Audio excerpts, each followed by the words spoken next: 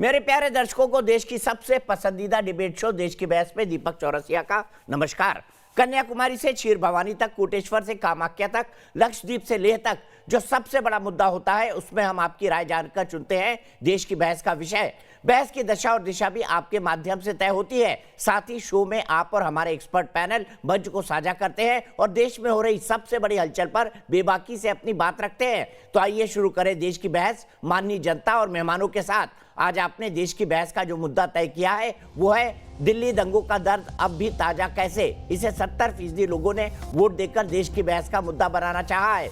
23 फरवरी एक तारीख नहीं बल्कि एक सबक है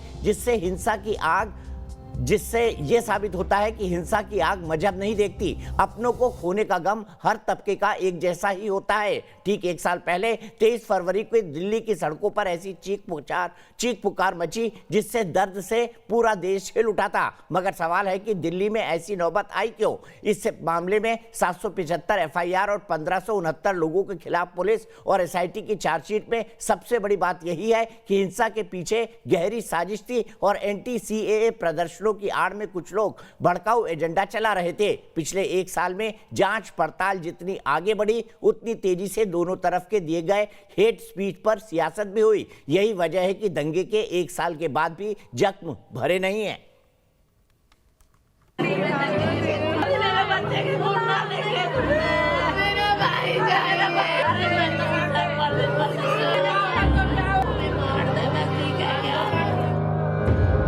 हमारे लिए ये हालत खराब हो जाती है। अब भी डर लगा रहता है कि पता नहीं कब क्या हो जाए। माहौल तो जी वही ऐसा है, ये तो दहशत ही है। अभी भय का माहौल अभी भी बना हुआ है।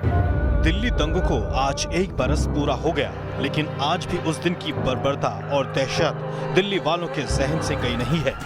दंगा भड़काने वाले सलाखों के पीछे पहुंचे जरूर हैं, लेकिन नेताओं की जुबानी जंग राजनीति के अखाड़े में अब भी जारी है। मैंने केवल और केवल दिल्ली दंगों के एक साल पे, क्योंकि हमारे बहुत अजीज लोगों को, हमारे पड़ोसियों को, हमारे जानने वालों को उनको मारा गया है, लूटा गया है, जलाया गया है। दिल्ली को याद रखना होगा। मैंने तो सच में मरहम लगाया है, नेतागिरी नहीं की है। और ये भी उस मरहम का ही हिस्सा है ये कहना कि दोबारा मत कीजिएगा, दोबारा करना गलत होगा। और दिल्ली के साथ ये दोबारा नहीं होना चाहिए जो सीए विरोध के नाम पे किया गया था। दिल्ली को एक बार फिर से इस बयानों के माध्यम से जो है दंगों में आग में झोंकने का प्रयास एक और हो रहा है। और मुझे लगता है इसे नजरअंदाज पुलिस हो, प्रशासन हो या दिल्ली के मुख्यमंत्री बिल्कुल नहीं करना चाहिए। सख्त कार्रवाई समय रहते होनी चाहिए। सीएए एनआरसी के विरोध के नाम पर भड़कने वाले दंगों में 53 लोगों की जान गई, 400 से ज्यादा लोग घायल हुए, 327 दुकानें जलकर खाक हो गई, जबकि 25,000 करोड़ रुपए की संपत्ति स्वाहा हो गई। दिल्ली पुलिस ने 775 एफआईआर दर्ज की और 1,818 आरोपियों को अब तक गिरफ्तार किया। दंगाइयों ने कैसे सीएए के खिलाफ धरना प्रदर्शन का इस्तेमाल किया, ये दंगे उसका जीता जागता सबूत बन गए। आतंकी संगठनों ने दिल्ली को झुलसाने में दंगाइयों से हाथ मिलाया, लेकिन दिल्ली पुलिस के जाबाजों को इन दंगों को रोकने में अपनी जान की बाजी तक लगानी पड़ी। दुकान तो पूरी हमारी जल चुकी थी। हमारा नुकसान इसमें करीब 12 से 15 लाख रुपए का नुकसान हो चुका है इसमें। देश के बहस में उस दिन को याद करते हुए चर्चा है कि आखिर दंगा करवाने वाले विरोध प्रदर्शन को कैसे खून खराबे और दहशत में बदलकर अपने नापाक मंसूबे पूरे करने की साजिश रचते हैं। कितने ताहिर हुसैन अब भी ऐसे ही खून खराबे वाले मंसूबे पाले हो सकते हैं, जबकि राजनीति के गलियारों में अपने बयानों से एक बार फिर राजनीति क्यों गरमाना चाहते हैं, इसका जवाब कौन दे। और देश की बहस में हमारा आज का सवाल इसी से जुड़ा हुआ है। क्या दिल्ली दंगे सोची समझी साजिश का नतीजा थे? आप हाँ या ना में अपना जवाब दे सकते हैं। आप हमारी वेबसाइट पर जा सकते हैं, आप हमारे मोबाइल ऐप को डाउनलोड कर सकते हैं, आप हमारे ट्विटर हैंडल का इस्तेमाल कर सकते हैं, आप हमारे फेसबुक पेज पर भी वोट कर सकते हैं। कार्यक्रम के बारे में कोई राय है, सुझाव है या आप शो के अंदर शामिल होना चाहते हैं तो 9711002266 पर हमें व्हाट्सएप कर दें। सबसे पहले अपने खास पैनल को इंट्रोड्यूस करूंगा। मेरे साथ जुड़ गए हैं भारतीय जनता पार्टी के वरिष्ठ नेता कपिल मिश्रा, जिनके ऊपर कई आरोप लगे थे इन दंगों के दौरान। मेरे साथ जुड़ गए हैं मौलाना साजिद रशीदी साहब, जो कि प्रेसिडेंट है ऑल इंडिया इमाम काउंसिल के। मेरे साथ इमाम एसोसिएशन का, माफ कीजिएगा, मेरे साथ डॉक्टर प्रोफेसर विक्रम सिंह जुड़ गए हैं, जो कि एक्स डीजीपी हैं, बहुत ही डेकोरेटेड पुलिस ऑफिसर हैं, उत्तर प्रदेश कैडर से जुड़े हुए हैं। मेरे साथ इफ्रा जान है, जो कि एक सोशल एक्टिविस्ट है।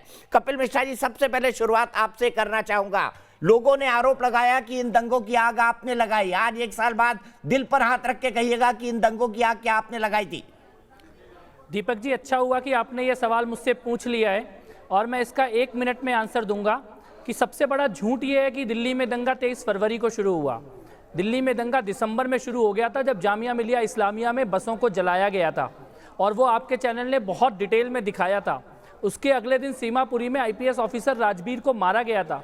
उसके अगले दिन सीलमपुर में स्कूल के बच्चों से भरी हुई बस में आग लगाई गई थी। जामा मस्जिद से निकली हुई भीड़ ने दिसंबर 2019 में दरियागंज थाने में आग लगाई थी। वो दंगे नहीं थे क्या? दंगे दिसंबर से चल रहे थे, और केवल दिल्ली में नहीं। CAA विरोध के नाम पे दंगे बंगाल में, मध्य प्रदेश में, यूपी में, रेलवे स्टेशन जलाना, चौकी जलाना, थाना जलाना, पूरे देश में केवल आग ही लगाई हुई थी। और दिल्ली में भी ये बोलकर कि ट्रंप आएगा तो ट्रंप के सामने दंगा करेंगे, ट्रंप के सामने तमाशा करेंगे। 15-16 फरवरी को चांदबाग में जो सफूरा जरगर और योगेंद्र यादव की मीटिंग हुई है, उसके डिटेल अब पुलिस सामने रख चुकी है।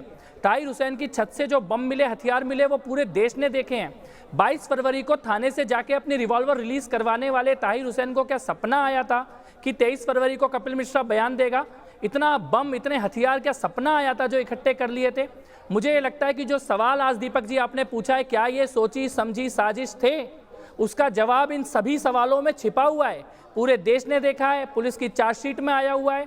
और मेरा गुनाह केवल इतना है कि मैंने, बच्चे स्कूल नहीं जा रहे हैं अगर मेरे, बीमार अगर अस्पताल नहीं जा रहे हैं, हम अगर काम पे नहीं जा पा रहे हैं, तो उसके लिए मैं खड़ा हुआ, आंखों में आंख डाल के खड़ा हुआ, और मैंने कहा कि मेरी सड़क खोलो, हमारे बच्चों को स्कूल जाने दो, बीमारों को अस्पताल जाने दो, युवाओं को काम करने दो। वो सड़क खुलवाने के लिए खड़ा होना पड़ेगा तो होंगे ना खड़े, क्यों नहीं होंगे? हमने कोई हिंसा की बात तो की नहीं है। नहीं, सवाल तो यही है ना, आप सड़क खुलवाने के लिए खड़े क्यों हुए? कौन होते हैं आप कौन होते हैं जो आप सड़क खुलवाने के लिए खड़े हुए? उनकी तैयारी तो थी, ये साफ दिख रहा था उनकी तैयारी थी। अराजकता फैल रही थी दिल्ली के अंदर, अराजकता पसरी हुई थी। उनको तो स्केपगोट चाहिए था कि कपिल मिश्रा बोले और कपिल मिश्रा के नाम पर पूरा पर्चा फाड़ दिया जाए। मैं नागरिक होता हूँ वहाँ का, वहाँ रहता हूँ उस मोहल्ले में जहाँ से दोनों तरफ की सड़कें बंद कर दी गई थी। मेरे लोग हैं वो, जो अस्पताल नहीं जा पा रहे थे, स्कूल नहीं जा पा रहे थे, काम धंधे पे नहीं जा पा रहे थे, एक जगह घुटकर रह गए थे। दिख रहा था सामने से कि रातों को मारने की तैयारी की गई है। ऐसे जहरीले नारे लगातार चारों रातों को माइक लगा लगा के घरों के अंदर सुनाई दे रहे थे। वैसा दहशत का, हिंसा का माहौल बनाया गया था। वहाँ पे जाके खड़ा होना जरूरी था, यह कहना जरूरी था कि ये लोकतंत्र है, यहाँ कानून का शासन चलता है। आप हमारे ह्यूमन राइट्स, बेसिक राइट, आने जाने का अधिकार, स्कूल जाने का अधिकार, अस्पताल जाने का अधिकार, उसको छीन लोगे और कोई खड़ा भी नहीं होगा। एक बार नहीं, 1000 बार खड़ा होना पड़ेगा तो खड़े होंगे। ये अधिकारों की बात है, ये असली स्वतंत्रता की बात है भारत के अंदर। आपने कहा ये असली स्वतंत्रता की बात है, लेकिन लोगों को पेट में दर्द इसलिए भी हो रहा है, और मैं भी इस बात की आलोचना करूंगा कि कपिल मिश्रा पर अभी तक सरकार ने कोई कार्रवाई नहीं की है। कपिल मिश्रा को Z+ सिक्योरिटी दे दी गई, कपिल मिश्रा खुलेआम घूम रहे हैं, कपिल मिश्रा पर कोई कार्रवाई नहीं। और दूसरी तरफ जितने भी लोग हैं, सफूरा जरगर, उमर खालिद, चाहे वो ताहिर हुसैन हो, खैर वो तो बहुत ही बड़े अपराधी हैं, उन सबको जेल के अंदर है, लेकिन कपिल मिश्रा Z+ सिक्योरिटी के साथ बाहर घूम रहे हैं। इसको कैसे देखते हैं? अगर कपिल मिश्रा की छत से बम मिले होते दीपक जी, तो वो भी जेल में होता। एसिड मिले होते, हथियार मिले होते, तो वो भी जेल में होता। अगर कपिल मिश्रा मलेशिया जाके जाकिर नाइक से पैसा लेके आया होता दिल्ली जलाने के लिए, तो वो भी जेल में होता। अगर कपिल मिश्रा ने मीटिंग की होती 15-16 फरवरी की रात को, जो सफूरा जरगर जी का आपने नाम लिया, उनकी तरह कि 24 तारीख को बड़े पुलिस अधिकारियों के ऊपर हमला करना है, हथियार इकट्ठे करने हैं, पत्थर इकट्ठे करने हैं, तो वो भी जेल में होता। अगर कपिल मिश्रा ने दिलबर नेगी, 20 साल के दिलबर नेगी के हाथ पैर काट के जिंदा जलाया होता, तो वो भी जेल में होता। अगर कपिल मिश्रा ने IB ऑफिसर अंकित शर्मा को 51 बार चाकुओं से गोदा होता, तो वो भी जेल में होता। दिनेश खटीक चले गए, विनोद कश्यप चले गए। ये किन्होंने मारे हैं? मारने वाले जेल में जाएंगे, हत्यारे जेल में जाएंगे, साजिश रचने वाले जेल में जाएंगे। आज 1 साल हो चुका है दीपक जी, फंडिंग ट्रैक हो चुकी है, मीटिंग के डिटेल सामने आ चुके हैं, कबूल कर चुके हैं जेल में बैठे अपराधी कि उन्होंने अपराध किया है, लेकिन उनके बाहर बैठे बड़े बड़े जो उनके पैरोकार हैं, वो मानने को तैयार नहीं है। उनको केवल कपिल मिश्रा को आतंकवादी बताना है, क्योंकि किसी ने हिम्मत कैसे कर ली अपनी गली खुलवाने की, किसी ने हिम्मत कैसे कर ली आतंकियों की आंख में आंख डाल के ये बोलने की कि ऐसा नहीं होने देंगे, तो किस गुनाह में मुझ पर कार्रवाई होनी चाहिए? गुस्सा है क्यों मेरे खिलाफ? सच बोलने का, खड़े होने का, आंखों में आंख डाल के बोलने का, अपने लोगों के लिए चुपचाप घर में ना बैठा रहूं और बाहर सड़क पे आ जाऊं, ये करना गुनाह है क्या मेरा? ऐसा नहीं, गुनाह ये है कि कपिल मिश्रा को अच्छी तरह पता था कि बारूद के ढेर पर तो हम बैठे हुए हैं, लेकिन चिंगारी कपिल मिश्रा ने जाकर जलाई। नहीं, जिसको चिंगारी लगानी होती है ना दीपक जी, वो पुलिस अफसर के बगल में खड़ा होकर बयान नहीं देता है। मैंने ये अल्टीमेटम दिया था कि 3 दिन के अंदर हमारी सड़क खाली होनी चाहिए। आप वरिष्ठ पत्रकार हैं इस देश के, आपने इतने आंदोलन देखे हैं, कोई भी लोकतांत्रिक आंदोलन का पहला कदम होता है पुलिस को अल्टीमेटम देना। मैंने वो लोकतांत्रिक आंदोलन का पहला कदम अपने संवैधानिक जिम्मेदारी को निभाते हुए पूरे साहस के साथ वहां पर किया। उस दिन के वीडियो फुटेज आपके चैनल पे चले हैं। क्या मेरे साथ खड़े किसी एक भी व्यक्ति को पत्थर चलाते हुए का वीडियो है? क्या गोली चलाते हुए का वीडियो है? दोनों तरफ से पत्थरों और गोलियों के बीच में होने के बावजूद केवल पुलिस अधिकारी के साथ खड़े होकर अपनी बात रखी और वहां से चला गया। मैं पुनः कहना चाहता हूं, जब देश में कोई लोगों के मूल अधिकार छीनेगा, सड़कें बंद करेगा, गलियां बंद करेगा, स्कूल अस्पताल जाने से रोकेगा, कोई ना कोई कपिल मिश्रा तो वहां खड़ा होगा ही। ये जरूरी है, ये इस देश में होना पड़ेगा। आपने कहा ये इस देश में होना पड़ेगा, लेकिन इस देश में कई लोग हैं जो शांति और अहिंसा की बात करते हैं, कई लोग हैं जो संयम की बात करते हैं, कई लोग हैं जो समझाने की राजनीति की बात करते हैं, कई लोग हैं जो डायलॉग की बात करते हैं। उन चीजों में से किसी को भी कपिल मिश्रा को पसंद नहीं आई। नहीं, हमने तो संयम की बात की ना, पुलिस के सामने जाके बात की, हमने अहिंसा की बात की, हमने संवाद की बात की कि हमारी सड़क खोल दो, ये संवाद ही तो है। हमें अपने स्कूल दफ्तर जाने दो, ये संवाद ही तो है। और इंसानियत की बात दीपक जी, ये बड़ी बड़ी इंसानियत की बात कहने वाले नहीं गए उन गलियों में। कपिल मिश्रा गया वहां पे, एक एक परिवार जिसकी दुकान जली है, किसी का रिक्शा तोड़ दिया गया, किसी की पान की दुकान चला दी गई, किसी का बेटा छीन लिया गया, किसी के बच्चों के सर से पिता का साया उठ गया। उनके परिवारों के साथ पिछले 1 साल से कौन खड़ा है? वो कपिल मिश्रा खड़ा है। उनकी पढ़ाई की जिम्मेदारी लेने की कोशिश कर रहा है, उनको आर्थिक सहायता, उत्तराखंड में रहते हैं दिलबर नेगी के परिवार वाले, पैदल चलना पड़ता है 8 घंटे घर जाने के लिए, उनके परिवार तक भी आर्थिक सहायता पहुंचाने का जिम्मेदारी किसने उठाई? वो कपिल मिश्रा ने उठाई है। ना कोई सरकार आई उसको देखने के लिए और ना कोई ये बड़े बड़े इंसानियत की बात करने वाले लोग वहां पर पहुंचे हैं। तो मुझे ये लगता है कि आप पिछले 1 साल के काम भी देखिए, उससे पहले के काम भी देखिए। ये आपको समझना होगा कि केवल बात करने से अगर घाव भरते तो उन लोगों के घाव भर गए होते जो अंकित शर्मा के पिता को दिल्ली छोड़ के गाजियाबाद जाके रहना पड़ रहा है। प्रीति गर्ग, जिस मां ने अपने बच्चों को जलते हुए घर के दूसरे फ्लोर से खुद अपने हाथ से उठा के फेंका है, उनसे जाकर पूछिए कि कौन उनके साथ खड़ा है पिछले 1 साल से। कपिल जी, मैं आपसे यहाँ पर बहुत महत्वपूर्ण सवाल जानना चाहता हूँ और मेरा सवाल बड़ा सीधा है, 2 टूक है। और मेरा 2 टूक सवाल ये है, जो कुछ भी हुआ हमने देखा जाफराबाद के अंदर किस तरह से कांस्टेबल पर हमला हुआ, किस तरह से डीसीपी पर हमला हुआ, इसके पीछे क्या था, क्या चल रहा था उस वक्त वहां पर? आपकी जानकारी क्या कहती है? क्योंकि इसके कई अलग अलग वर्जन निकल कर सामने आए हैं। पुलिस का वर्जन ये था कि वहां पर अफवाह उड़ाई गई। देखिए, बड़ा स्पष्टता तैयारी थी कि सड़कों को बंद करो, 35 लाख लोगों को कहीं आने जाने लायक छोड़ो मत, और जब ट्रंप दिल्ली में हो तब ऐसा तांडव किया जाए कि पूरी दुनिया केवल भारत की तरफ देखे, खून बहाया जाए, हत्याएं की जाएं। इतनी बड़ी बड़ी ढालें, जो 9-9 फुट की ढालें खरीद के लाए थे, जो एसिड खरीद के लाए थे, जो हथियार खरीद के लाए थे, जो छतों पे पत्थरों के ढेर, ड्रोन कैमरे की फुटेज है, 2-2 हफ्ते से छतों पे पत्थर इकट्ठे करके रख लिए गए थे। दंगे वाले दिन एक खास समाज के लोग अपने बच्चों को स्कूल से लेकर चले गए थे कि यहाँ पे बलवा होने वाला है। दुकानों में लिख दिया गया था नो एनआरसी नो सीएए, जिस दुकान में लिखा है वो छोड़ दी, जिसमें नहीं लिखा है वो जला दी। आप सोचिए कितनी भयानक साजिश और कितनी लंबी तैयारी, कम से कम 6 महीने की तैयारी के साथ दिल्ली को जलाने की कोशिश की गई। और मुझे दुख है, केवल एक दुख है आज के दिन दीपक जी, कि हम IB officer Ankit Sharma, Dinesh Khatik, constable Ratanlal, ऐसे लोगों को हम बचा नहीं पाए। केवल एक मात्र पछतावा अगर मेरे को आज 1 साल पहले का है तो केवल ये है कि मैं इन लोगों के जीवन को बचा नहीं पाया, और अपने आप को हमेशा ये बात कहता रहूंगा कि काश हम इन लोगों को बचा पाते। एक आखिरी बात आपसे जानना चाहूंगा, उसके बाद मैं पैनल को खोलूंगा। मैं ये समझना चाहता हूं आपसे कि लोग ये कहते हैं कि कपिल मिश्रा चूंकि भारतीय जनता पार्टी के मेंबर थे, सरकार ने Z+ सिक्योरिटी दे दी, दिल्ली पुलिस ने बड़े रहम दिल के साथ उनको बुलाया, कॉफी ऑफी पिलवाया, जो मन में आया बयान लिखवाया और छोड़ दिया। क्या दिल्ली पुलिस ने आपसे कोई इन्वेस्टिगेशन नहीं किया, कोई क्रॉस क्वेश्चनिंग नहीं किया? ये क्या हकीकत है, बताइए जरा। देखिए, ऐसा सफेद झूठ जो कि एफिडेविट पर है, जो कि दिल्ली पुलिस के एफिडेविट पर है, जांच की बात, मेरी लोकेशन, मेरे मोबाइल के रिकॉर्ड, मेरे से सवाल जवाब, वो सारी चीज़ दिल्ली पुलिस ने की है। और जो नहीं की है उसके लिए आप लाइए ना, कोई किसी के पास कोई डॉक्यूमेंट्री एविडेंस हो, कोई भी बात हो। मैं एक बात कहना चाहता हूं दीपक जी, आज आपके चैनल पे मेरे ऊपर उंगली उठाने वाले सारे लोग वही क्यों हैं जो कि सीए और एनआरसी के विरोध में दंगे की बात कर रहे थे। हर्षमंदर जैसे लोग जो खुद खड़े होकर बोल रहे थे कि संसद से नहीं, हम सड़क से इस देश को चलाने की बात करेंगे, आर पार की लड़ाई करेंगे, वो लोग कपिल मिश्रा के ऊपर सवाल उठा रहे हैं। एक भी नागरिक, नॉर्थ ईस्ट दिल्ली का एक भी नागरिक जो न्यूट्रल नागरिक हो, एक भी नागरिक का एक भी बयान आप लाके दिखा दीजिए कि कपिल मिश्रा का हिंसा में हाथ था या कपिल मिश्रा ने कुछ भी गलत किया है। मुझे पता है ये सारे पत्रकारों ने, जो बड़े बड़े देशद्रोहियों का साथ देने वाले पत्रकार है, पूरी सेना भेजी थी कैमरे लेके वहां पर, एक एक गली में एक मेरे खिलाफ बयान देने वाला नागरिक नहीं मिला। तो ये सत्य है, और उसके अलावा असत्य तो कोई कितना भी फैलाए, लेकिन सच ये है कि वहां पर हम लोगों को मारने की साजिश की गई थी, और भगवान की कृपा है कि फिर भी एक बड़ा नरसंहार होने से बच गया है। आपने कहा बड़ा नरसंहार होने से बच गया है। देश की बहस में हम देश के दर्शकों को जोड़ते हैं। कपिल मिश्रा जी, देश का हर दर्शक आज आपको सुन रहा है। 1 साल दिल्ली दंगों के अनफॉर्चुनेट पूरे हो चुके हैं। अनिकेत सागर, मेरे एक दर्शक जुड़ गए हैं। अनिकेत, एग्री करते हैं कपिल मिश्रा जी जो कह रहे हैं उससे?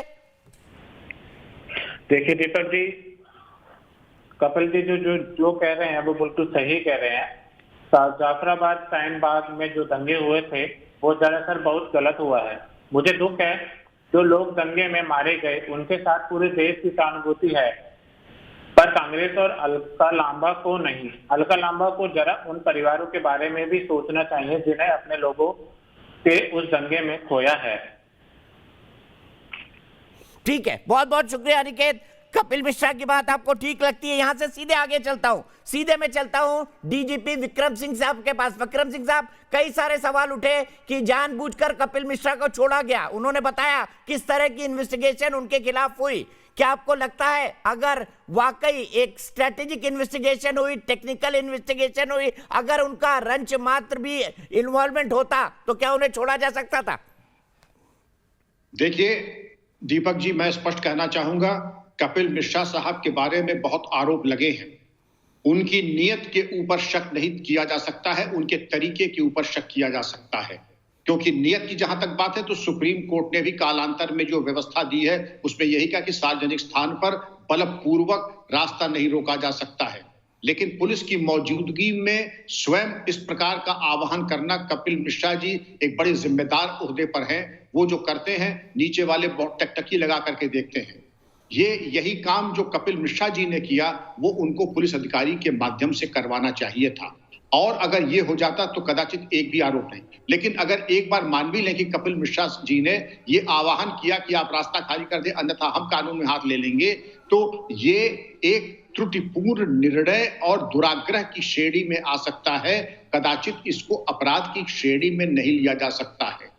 लेकिन जो एक भयावह स्थिति उत्पन्न हो गई थी, जो एक ऐसी स्थिति उत्पन्न हो गई थी कि जिसमें कि इस पार उस पार की लड़ाई तक की लोग बात कर रहे थे, तो कपिल मिश्रा ऐसे जनप्रतिनिधियों ने, मैं कदाचित समझता हूं कि उस भावावेश में और उस भावपूर्ण और उस उत्तेजना में शायद उनके बयान को कोई असंयत कह सकता है। मैं कोई जजमेंट पे नहीं बैठा, ना मैं जजमेंट बैठूंगा, लेकिन कपिल मिश्रा साहब का जो बयान था वो वैसा ही था जो कि सुप्रीम कोर्ट के दिशा निर्देश कालांतर में आए। लेकिन बेहतर यह होता दीपक जी कि यही चीज जो कपिल मिश्रा जी ने खुद कही वो पुलिस अधिकारी कहते, कपिल मिश्रा जी न कहते।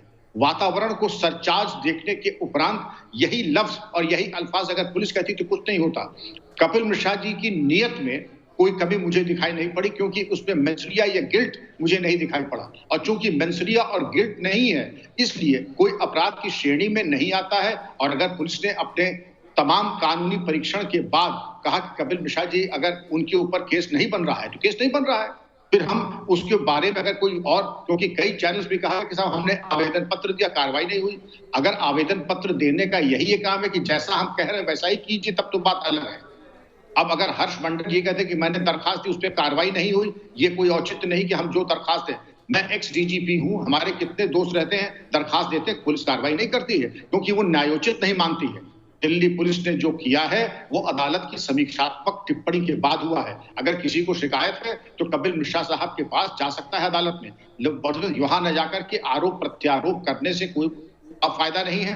अगर कपिल मिश्रा साहब ने उनकी सारी बातें सिलसिलेवार आपने सुनी, मैंने सुनी और देश सुन रहा है, अगर कोई उसमें तार्किक या कानूनी कोई त्रुटि हो तो मुझे बता दे। सिवाय इसके मैं यही कहूंगा कि जो उन्होंने कहा पुलिस से कहलवाते तो ज्यादा अच्छा रहता। ये मेरा अपना क्या मैं यही सवाल पूछता हूँ, क्या कपिल मिश्रा जी पुलिस इससे पहले अपील कर चुकी थी उन लोगों से, आप उठ जाइए, आप यहाँ पर मत बैठिए, आप ये प्रदर्शन मत करिए, यहाँ पर जरूरत नहीं है, यहाँ पर परमिशन नहीं है? क्या हुआ था जब आपको जानकारी मिली उससे पहले उस इलाके में?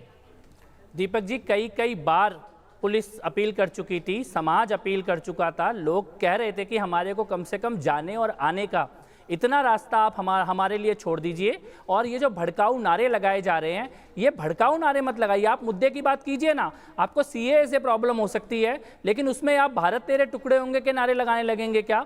खिलाफत 2.0 लिख देंगे क्या जामिया की दीवार पे? हिंदुत्व तेरी कब्र खुदेगी एएमयू की धरती पर, ऐसा नारा लगाएंगे क्या? असम को काट के, चिकन नेक को काट के भारत से अलग करना है, ऐसी बातें करेंगे क्या? किसी को डिटेंशन कैंप में डाला जा रहा है, ऐसा झूठ एक खास समाज के बीच में फैलाने की कोशिश करेंगे क्या? कोशिश ऐलान करके बोलेंगे कि ट्रंप के आने के सामने हमको दिल्ली के अंदर बहुत बड़ा तमाशा करना है। क्या हासिल करने की कोशिश थी? अब तो 1 साल हो गया ना दीपक जी, किसकी नागरिकता गई है?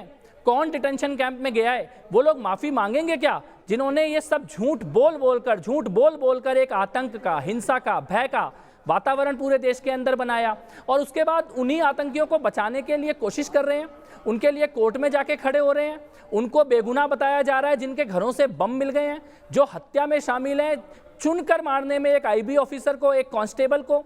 आप उन फुटेज को देखिए दीपक जी, मैंने आपके चैनल पे वो फुटेज देखी हैं, जब महिलाओं की भीड़ पुलिस वालों को मार रही है, जिनको आप शांति का प्रतीक बना रहे थे, वो हत्या में शामिल है खुलेआम। दिखाइए वो फुटेज, दिखाइए प्लीज। दूसरी फुटेज की बात कर रहा था, ये देखिए फुटेज चल रही है।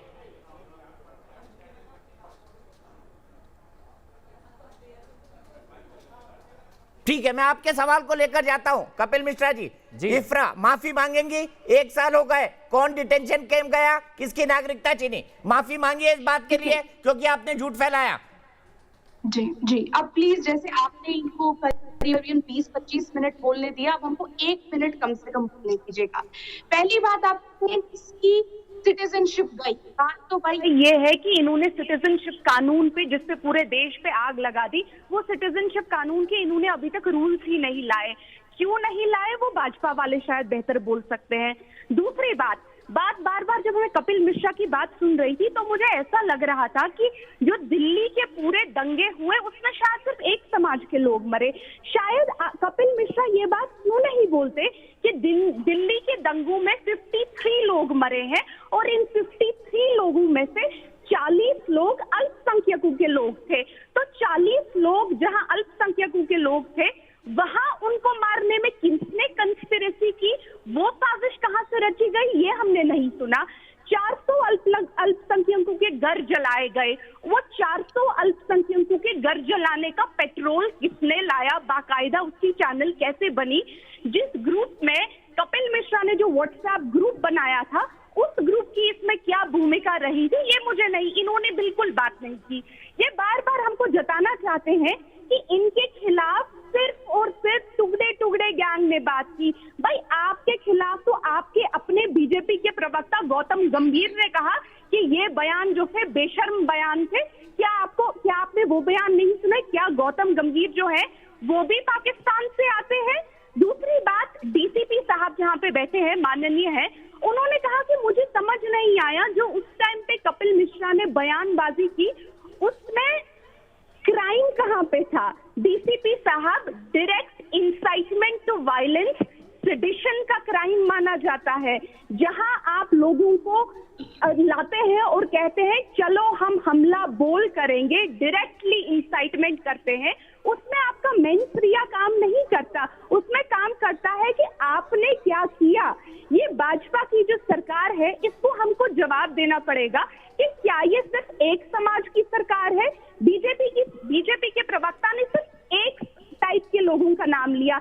इन्होंने हमें ये क्यों नहीं बोला कि 80 साल की अकबरी जो थी, 80 साल की दादी थी, उसको जिंदा किसने जलाया? इन्होंने हमें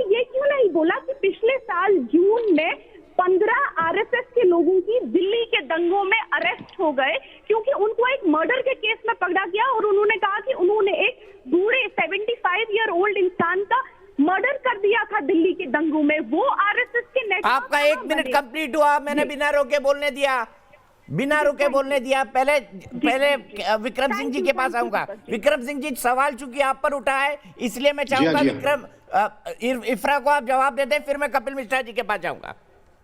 जी, इफ्रा जी की जानकारी में बस ये अर्ज करना चाहूंगा कि पुलिस जब कभी कोई कार्रवाई करती है तो कानूनी मशवरा लेती है, और मेरा जो वक्तव्य है उस कानूनी मशवरे की बुनियाद के ऊपर है। ये मेरी कोई कल्पना शक्ति की उड़ान नहीं है कि मैं मनमाने तरीके से कह रहा हूं। और एक बार नहीं, कई बार कपिल मिश्रा साहब के वक्तव्य को कई बार उस पर कानूनी मशवरा लिया गया, और सभी कानूनी मशवरों में और बल्कि कोर्ट में भी इसकी समीक्षा की गई।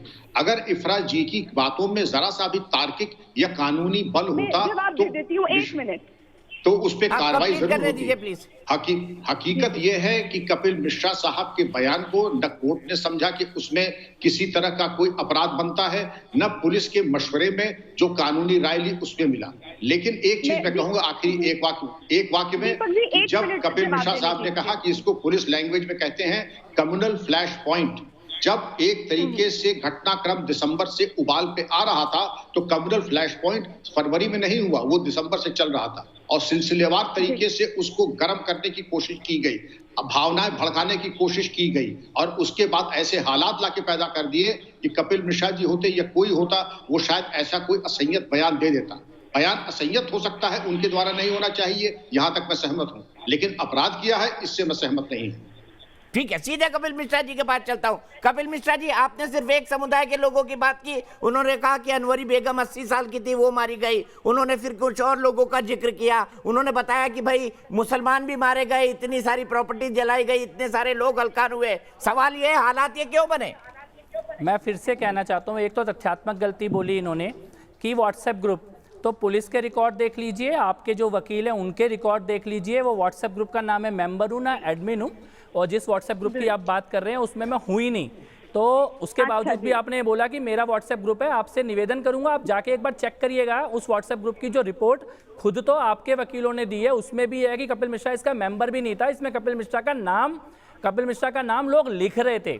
तो एक तो वो तथ्यात्मक गलती है, उसको ठीक करने की कोशिश होनी चाहिए। दूसरा, आपने कहा कि कौन मरा, कितना मरा। मैं फिर से कहना चाहता हूं, मैंने आज तक कितने मरे, किस धर्म के मरे, ऐसा कोई बात नहीं करी, कोई बयान नहीं दिया। जो लोग कहते हैं कि धर्म की बात नहीं होनी चाहिए, वो लाशों के धर्म गिन रहे हैं। ये लाशों के धर्म गिना रहे हैं, लाशों को धर्म देख के गिनती कर रहे हैं। हर चैनल पे जाके इतने मरे चिल्ला रहे हैं। आपने मुझे तो, मेरे को पूरा बोलने दीजिए, आपने मुझे ये कभी कहते नहीं सुना होगा कि कौन कितना मरा, कौन से धर्म का मरा, किसने किसको मारा, कभी नहीं कहते हुए सुना होगा। लेकिन जो तथाकथित लिबरल लोग हैं, ये लाशें गिन रहे हैं, हिंदू की लाश कौन सी है, मुसलमान की लाश कौन सी है, किसके घर में कौन गया। ये इस तरह से आप शांति पैदा करेंगे, इस तरह से आप संवाद पैदा करेंगे। आपको मरे हुए लोगों में भी धर्म दिखने लग गया है। मैं तो हैरान हूं कि इस प्रकार की भाषा का खुलेआम इस्तेमाल करके अपने आप को लिबरल कहा जा रहा है। ठीक है, मैं सीधे मौलाना साजिद रशीदी के पास चलूंगा। इफ्रा, आपको रुकना होगा। मैंने आपका जवाब ले लिया था। इफ्रा, 1 मिनट आपको रुकना होगा। मैंने साजिद रशीदी जी से एक सवाल भी नहीं पूछा है, अनफेयर होगा उनके लिए। मौलाना साहब, मैं आपसे ये जानना चाहता हूं, दंगे उन्हीं इलाकों में क्यों होते हैं जहां मुसलमान बहुतायत में होते हैं?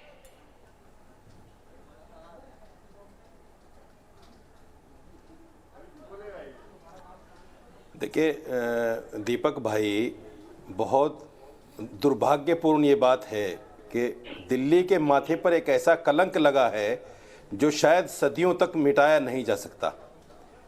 अब सवाल ये है कि हर आदमी अपने आप को पाक साफ बता रहा है। मेरे सवाल का जवाब ये नहीं है। मैंने सवाल आपसे पूछा कि दंगे वहां ही क्यों होते हैं जहां मुसलमान बहुतायत में होते हैं, इसका जवाब दीजिए। सर, मुझे बोलने दीजिए, मैं बताऊंगा। सुनिए, सुन तो लीजिए, कम से कम 1 मिनट तो बोलने दीजिए भाई। ये बड़े अफसोस की बात है, इसीलिए फिर हम लोग चैनल पे बैठना बंद कर देते हैं, क्योंकि आप लोग बोलने नहीं देते। आप चाहते हैं हम वो बोलें जो आप कहें, और ऐसा नहीं हो सकता कि हम वो बोलें जो आप कहें।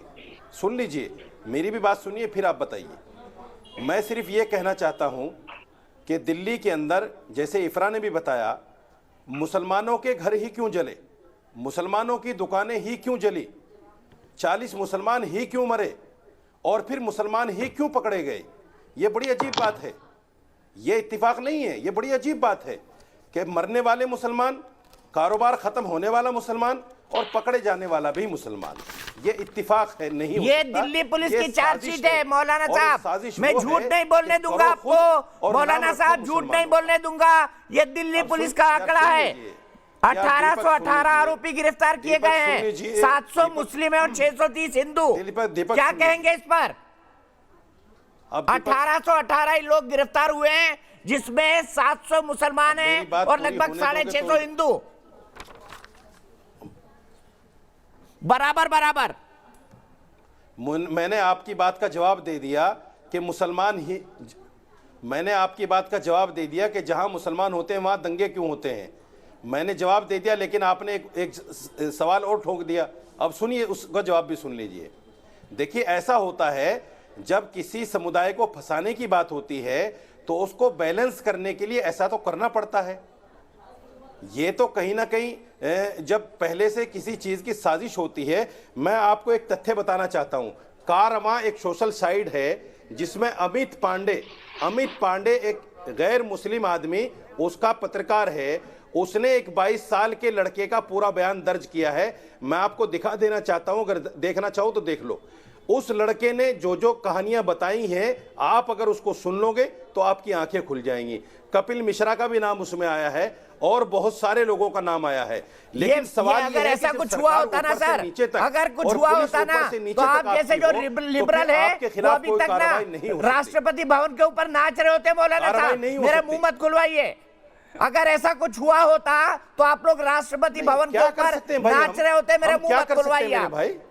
मुंह मत हम क्या खुलवाइए। कर सकते हैं? आपने मुझे जवाब बताइए नहीं ना। दिया कि मुसलमान बहुल इलाकों में अरे क्यों भाई, दंगे होते हैं, अरे वहीं भाई, पर आप दंगों की बंगाल प्लानिंग में- क्यों होती है, आप बंगाल वहीं में पर जाते ताहिर हैं, हुसैन की छत जब पर आपकी गुलेल क्यों जमीन रखी नहीं जाती बनती है? तो ईडी लगा देते हैं। आप अब जहां ईडी पर भी आ जाते गए हैं, अब ईडी पर आ गए। ताहिर मुझे हुसैन इस की बात छत का पर जवाब गुलेल तो नहीं दे थी। दीजिए, ताहिर हुसैन की छत को मुसलमान आपने भी बहुल दिखाया। इलाकों में ताहिर दंगों हुसैन की की छत पर प्लानिंग क्यों पहले होती दिन है? एक जवाब पत्थर भी दीजिए। नहीं था। ताहिर हुसैन की छत पर एक पत्थर भी नहीं था। अभी देखिए ताहिर हुसैन की छत दिखाइए देखिए भाई। आप। अच्छा, आपके एक टीवी मिनट, पर चल रही ताहिर हुसैन की छत दिखाइए। देखिए। ताहिर एक हुसैन पत्थर की भी छत, नहीं ये है। देखिए दिखाइए ताहिर आप हुसैन की उसको। छत। ये ताहिर एक हुसैन पत्थर खुद भी नहीं लट्ठे है। लेके खड़ा हुआ है, ताहिर लट्ठे हुसैन लेके के खड़ा हुआ गिरफ्तार होने है। के बाद दिखाइए, ये पत्थर आए मौलाना हैं। साहब को दिखाइए। ये ताहिर हुसैन को दिखाइए, देखिए, लट्ठे लेके देखिए घूम रहा ताहिर हुसैन की छत है। ये दिखाइए। लट्ठे लेके घूम खाली रहा ताहिर है और ये हुसैन है। देखिए उसके सामने एक वाली पत्थर नहीं है बिल्डिंग, वहाँ। ये देखिए देखिए आप आपके उसको। गोले फेंके जा रहे आप हैं। देखिए ये उसको। देखिए ताहिर हुसैन अगर की आपकी आंखें हैं बिल्डिंग, तो देखिए देखिए। मौलाना साहब, अरे देखिए। भाई देखिए, आप उसकी आंखों से देखिए, अपनी आंखों से देखिए। एक पत्थर उसकी छत पर नहीं है। देखिए कहां पत्थर है? खाली ताहिर हुसैन दिख रहा है, खाली ताहिर हुसैन दिख रहा है। और जैसे ही ताहिर हुसैन गिरफ्तार हुआ, सजदा करने गया था क्या ताहिर हुसैन? हाथ में लट्ठे लेके सजदा करने गया था क्या? उसकी छत पे बंदूकें भी आ गई, बताइए ना। उसकी छत पे गुलेल हाथ भी आ में गया, लट्ठे लेके सारी सजदा करने चीजें आ गया गई। था क्या? गुलेल की सारी तस्वीर भी चीजें दिखा आ गई। दीजिए इनको, गुलेल की तस्वीर भी दिखा दीजिए। पेट्रोल बम भी फूट रहे, वो भी दिखा अरे दीजिए। लट एसिड नहीं है, लट एसिड नहीं है। सुनिए, एक और तथ्य बताता हूं आपको। उसी दिन रात को 8 बजे मेरी ताहिर से बात हुई। ताहिर ने मुझे कहा कि मौलाना साहब, मैं 10 बार पुलिस को फोन कर चुका हूं, मुझे पुलिस निकालने नहीं आ रही है। मैंने खुद डीसीपी से बात की और डीसीपी साहब ने कहा कि हमने पुलिस निकाल दी है। जब पुलिस वहां से ताहिर को लेकर आई है तो उस वक्त एसिड क्यों नहीं दिखाया गया? उस वक्त बम क्यों नहीं दिखाए गए? उस वक्त पत्थर क्यों नहीं दिखाए गए? ये अगले दिन पत्थर कहां से आ गए? मौलाना साहब, ताहिर के साथ कौन बताइए, कोई है जवाब उसका? मौलाना साहब, ताहिर पुलिस के उसको साथ निकाल कर कॉन्स्पिरेसी लेकर में आ आप भी रही शामिल है है मतलब? और वहां कोई पत्थर नहीं। कॉन्स्पिरेसी में आप भी शामिल है पुलिस मतलब? उसको मकान से लेकर आ रही ताहिर है हुसैन के और साथ कोई पत्थर कॉन्स्पिरेसी नहीं में उसके मौलाना पास। साजिद कोई रशीदी एसिड भी नहीं, शामिल है, कोई क्योंकि बम टेलीफोन नहीं, पर ताहिर कोई चौधरी, बंदूक नहीं। ताहिर हुसैन और मौलाना लेकिन अगले साजिद दिन रशीदी सारी की बात चीजें हो रही छत थी। पर आ गई। अश्वनी उपाध्याय, माना जाए या ना माना जाए, खुद मौलाना साहब कह रहे थे वो संपर्क में थे ताहिर हुसैन के, माना जाए ये भी शामिल है। निश्चित रूप से दिल्ली पुलिस को बाकायदा इनकी कॉल डिटेल निकालना चाहिए। अरे मेरी इनसे तो बातचीत कॉल करना डिटेल चाहिए है। इनको। फिर तो इनको ये भी पता होगा कि मेरी कॉल डिटेल है, कॉल डिटेल सुनिए, निकलवाइए। सुनिए। अरे भैया, और सुन तो मेरी लो। बात पूछिए, क्या सुन बात लो। हुई है? फिर तो इनको ये भी पता होगा, मेरी कॉल इनको ये डिटेल भी पता निकलवाइए होगा कि और 300 बात रुपए रोज निकलवाइए, क्या कमाने बातें वाला हुई ताहिर हैं? हुसैन। मैं कब मना करता हूं? अरे सुनिए, मैं मना नहीं करता। अरे भैया सुन मेरी तो लो डीसीपी यार, साहब से भी बात हुई सुन लो उनके यार, सुन लो भाई, माध्यम। सुन लो। हाँ, अरे सुन तो लो महाराज, ओ मौलाना साहब सुन लो। हाँ, बताइए, मैं ये बताइए। कह रहा हूं, जब इनको इतना पता है तो ये भी पता होगा कि ये ताहिर हुसैन 300 रुपए की दिहाड़ी करने वाला 10 साल में 300 करोड़ का मालिक कैसे बन गया, इनको ये भी पता होगा। उसके पास हवाला से कहां पैसा आया, उसके पास कालाधन बेनामी संपत्ति कहां पे है, कहां उसने बेनामी फ्लैट खरीदा, ये सब इनको पता होगा। मुझे लगता है इनसे जांच की जरूरत है।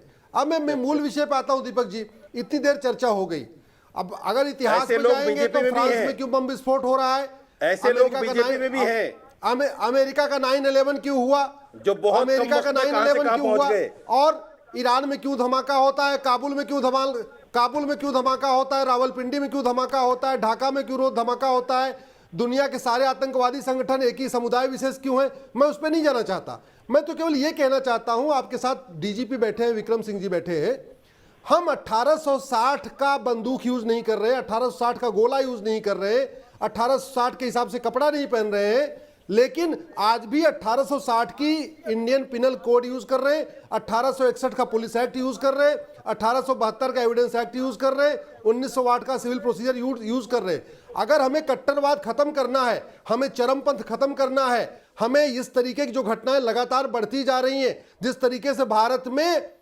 कट्टरवाद इतना जोर से बढ़ रहा है, अगर उसको रोकना है हमें तत्काल ये घटिया कानूनों को बदलना पड़ेगा।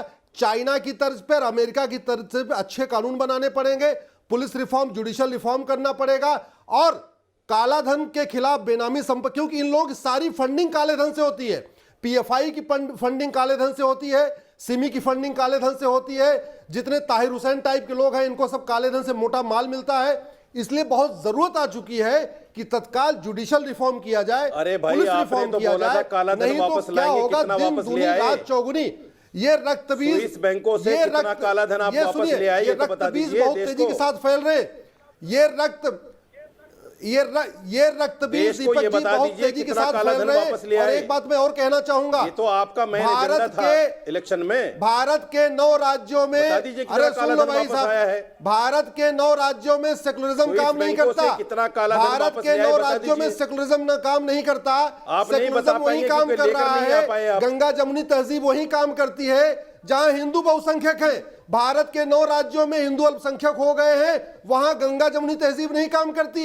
आपका कैके पेशावर बन गया, पेशावर फतेहाल है, आपका कुंभा काबुल बन गया, कुंभा फतेहाल है, आपका पर्शिया ईरान बन गया, ईरान देखिए बदहाल है, आपका जो है गंधार कंधार बन गया, कंधार में रोज बम विस्फोट हो रहा है। तो पूरी दुनिया से सनातन संस्कृति गायब हो चुकी है, भारत के भी 9 राज्यों में सनातन संस्कृति गायब हो चुकी है।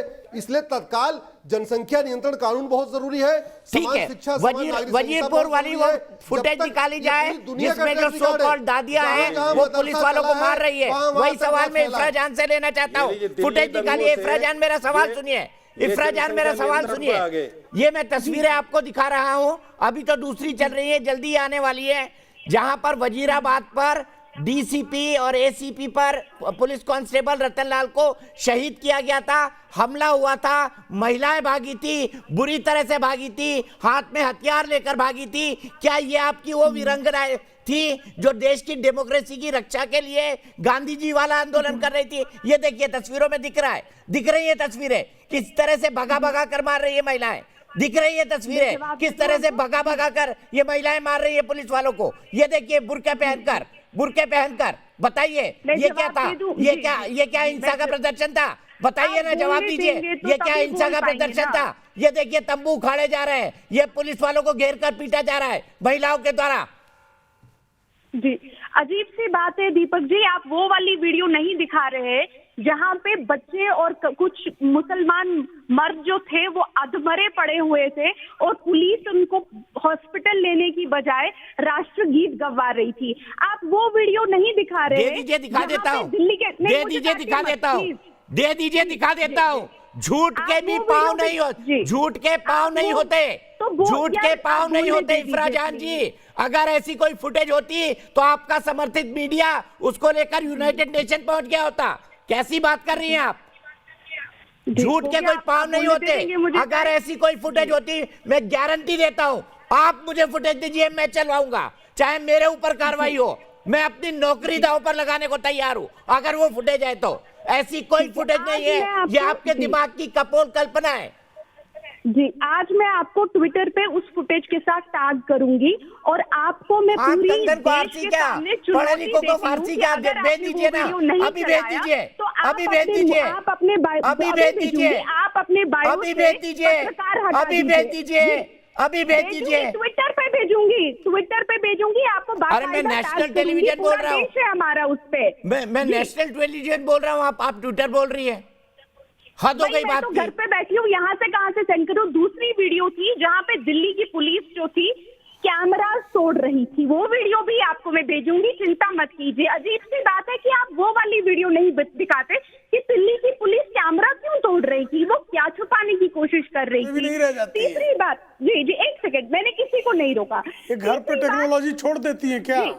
दूसरी बात कपिल मिश्रा जी ने बात की, उन्होंने कहा कि घर पर रहकर आप उनको वीडियो क्यों नहीं भेज पाएंगी? एक छोटा सवाल है, आपके घर में प्रतिबंध है भाई, इनको क्यों डर लगता है मेरे बोलने से? तथ्यों से डर लगता है, एविडेंस से डर लगता है, क्योंकि कंस्पिरेसी थ्योरीज, वो टुकड़े ज्ञान, झूठों से किसको डर लगता है? सबूत तो कभी रहता नहीं है। लंपटों से बिल्कुल डर नहीं लगता। ठीक है इफरा जी, आपने अपनी बात कह ली, आप अपनी बात बार-बार रिपीट कर रही हैं। मैं सीधे प्रेम शुक्ला जी के पास चलता हूँ। प्रेम शुक्ला जी, क्या वाकई इनके पास कोई सबूत है? और सबूत होता तो क्या 1 साल तक इंतजार करते? बोलने दीजिए ना भाई, जब सबूत नहीं था तभी तो देवेंद्र राणा ने सफूरा को बेल दे दी और कहा कि कोई सबूत नहीं है। जब सबूत आप लोगों के पास होता, अगर इनके पास कौन सा सबूत है? आप लोग सभी को तो ये संविधान और कानून के आंगन में नंगा नाच करने आ गए होते। इफरा जान की आवाज नहीं जाएगी। इफरा आपने बहुत बोला है, इफरा आपने बहुत बोला है। प्रेम शुक्ला जी अभी आए हैं, अनफेयर होगा उनके लिए ये। काफी सारे पैनलिस्ट अभी आए हैं, संगीत रागी जी अभी आए हैं, मुजब्बिर रहमान अभी आए हैं। प्रेम शुक्ला जी बोलिए प्लीज, अगला दर्शक दीजिए मुझे। देखिए, दिल्ली के दंगों का कड़वा सच पचा पाना कट्टरवादियों के लिए कठिन है। जिन कट्टरवादियों ने सीएए के नाम पर, एनआरसी के नाम पर अल्पसंख्यक समुदाय में असुरक्षा का माहौल पैदा करके, जिसमें यहाँ बैठे पैनल के लोग भी हैं, जिन्होंने लगातार झूठ बोलकर कि सीएए एनआरसी आ जाएगा तो उसके कारण जो है मुसलमान इस देश में 2ym दर्जे का नागरिक हो जाएगा, उसके नागरिक अधिकार समाप्त कर दिए जाएंगे, इत्यादि इत्यादि। अनुच्छेद 370 के संशोधन पर दुनिया भर का डर बना बैठा रखा था कि 370 हटाया तो जम्मू कश्मीर अलग हो जाएगा और रुकेगा ही नहीं, उसी के कारण है। और राम मंदिर अगर बनना प्रारंभ हो गया तो खून की नदियां बह जाएंगी। अरे इस देश को 70 वर्षों तक आपने जिस हिंसा के भय से डराने का और उसके नाम पर एक वोट बैंक क्रिएट करके राजनीतिक सौदेबाजी का जो धंधा प्रारंभ कर रखा था, वो जब संविधान सम्मत कार्यों के द्वारा वो उसका संकल्प सिद्ध होने लगा तो स्वाभाविक तौर पर जो इस राष्ट्र की प्रगति को, इस राष्ट्र की संप्रभुता को, इस राष्ट्र के विकास मार्ग पर चलने को देखकर अत्यंत पीड़ित हैं, ऐसा पीड़ित समुदाय जो चीन के चंदे पर पलता है, जो पाकिस्तान के उकसावे पर पलता है, जो भारत विरोध की बुनियाद पर पलता है, जो अफजल गुरु जिंदाबाद का नारा लगाने का दुष्कर्म करता है, ऐसे जो लोग फिर बीच में क्यों बोलने लगे? ये धैर्य क्यों खो दे रही है? कहाँ रोजगार पे आ गई है? दिल्ली दंगों पर बहस चल रही है। इफरा जान जी, मैं दोनों को रोकूंगा। संजय डोकवाल मेरे एक दर्शक दिल्ली से जुड़ गए हैं। संजय, क्या कहेंगे? क्या ये एक साजिश थी उन लोगों की जो anti CA, NRC CA protest कर रहे थे, दिल्ली दंगे?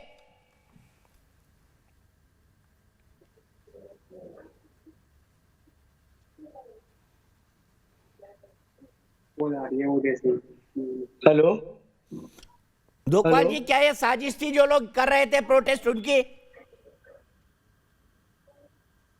दीपक जी, अपना सवाल दोहराइए। क्या ये उन लोगों की साजिश थी जो आंदोलन कर रहे थे दिल्ली दंगे हो जाए?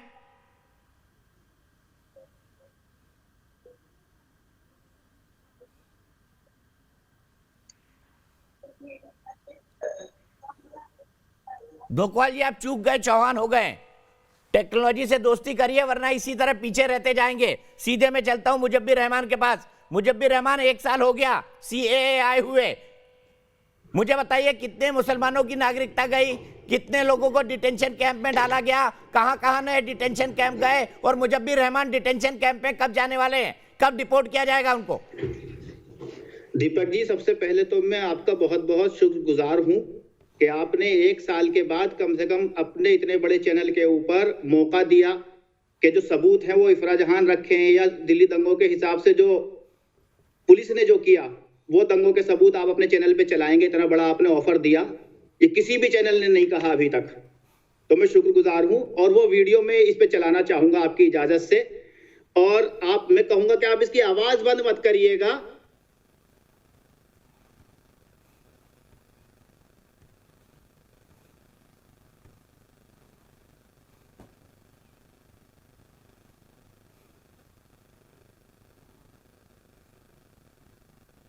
जनाब, ये इस वीडियो के अंदर 4 लोग हैं, इसमें से एक की डेथ हो गई है, एक 17 साल का माइनर भी था। तो अब इसके कमेंट्स आप कर सकते हैं बाद में। उसके अलावा भी कुछ वीडियोस हैं जो मैं आपको दिखाना चाहूंगा।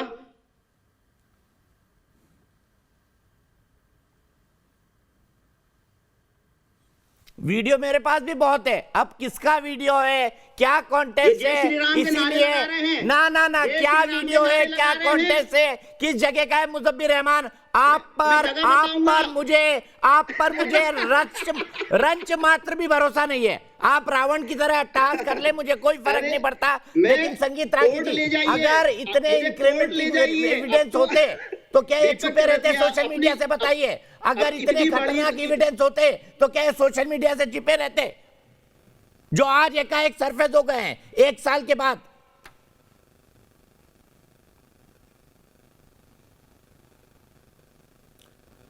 दीपक जी, आपकी आवाज क्लियर नहीं आ रही है, मैं प्रश्न नहीं सुन पा रहा हूं।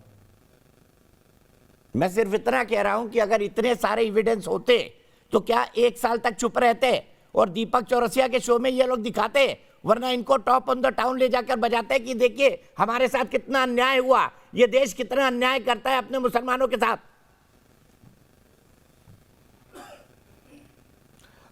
देखिए दीपक जी,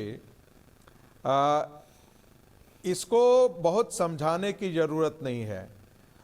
जब लोग 9/11 के विध्वंस को कह सकते हैं कि किसी का षड्यंत्र था, दुनिया में जहां जहां बम फोड़ते हैं वहां सबको कहते हैं दूसरे पर ही थोप देते हैं, तो आपको कैसे लगता है कि दिल्ली दंगों को सुनियोजित तरीके से इन्होंने अंजाम दिया, इसके बारे में ये कबूल करेंगे? मेरा तो एक और ही दुख है, इस देश का मुस्लिम समाज को पता लगता है कि सीए आने से मुसलमानों को खतरा है, लेकिन इस देश के हिंदुओं को आज तक पता नहीं लगा कि मुसलमानों की बढ़ती हुई आबादी इस देश के लिए खतरा है। आप ये अंदाजा लगा सकते हैं कि इस देश का मुसलमान, जिसने इस भारत भूमि को, मातृभूमि को विभाजित किया, धर्म के नाम पर तोड़ा, वही इस देश का मुसलमान 70 साल बाद उन्हीं तोड़ने वाले के औलादों के लिए इसी भारत भूमि पर लड़ाई करेगा कि उनको सिटीजनशिप दो। यह हमने कभी नहीं सोचा था कि भारत का मुसलमान बांग्लादेशियों की लड़ाई लड़ेगा, भारत का मुसलमान अफगानियों की लड़ाई लड़ेगा, भारत का मुसलमान पाकिस्तानी मुसलमानों की लड़ाई लड़ेगा, जो भारत के अंदर दंगे करवाता है, जिसने मां भारती को तोड़ा है। इस देश का हिंदू समाज कब चेतेगा, कब समझेगा? पॉलिटिकल और न्यूमेरिकल इस्लाम इस देश के लिए खतरा है, यह मैं बहुत खुल करके बोल रहा हूं, यह मैं बार बार कह रहा हूं। यदि हिंदू समाज इसके बारे में सजग नहीं रहा, इसके बारे में चेतेगा नहीं, तो इस देश में हजारों कश्मीर खड़े हो जाएंगे। ठीक है, मैं यहीं पर रुकूंगा, ब्रेक लेना है, ब्रेक के बाद नए सिरे से शुरुआत होगी। फिलहाल एक ब्रेक।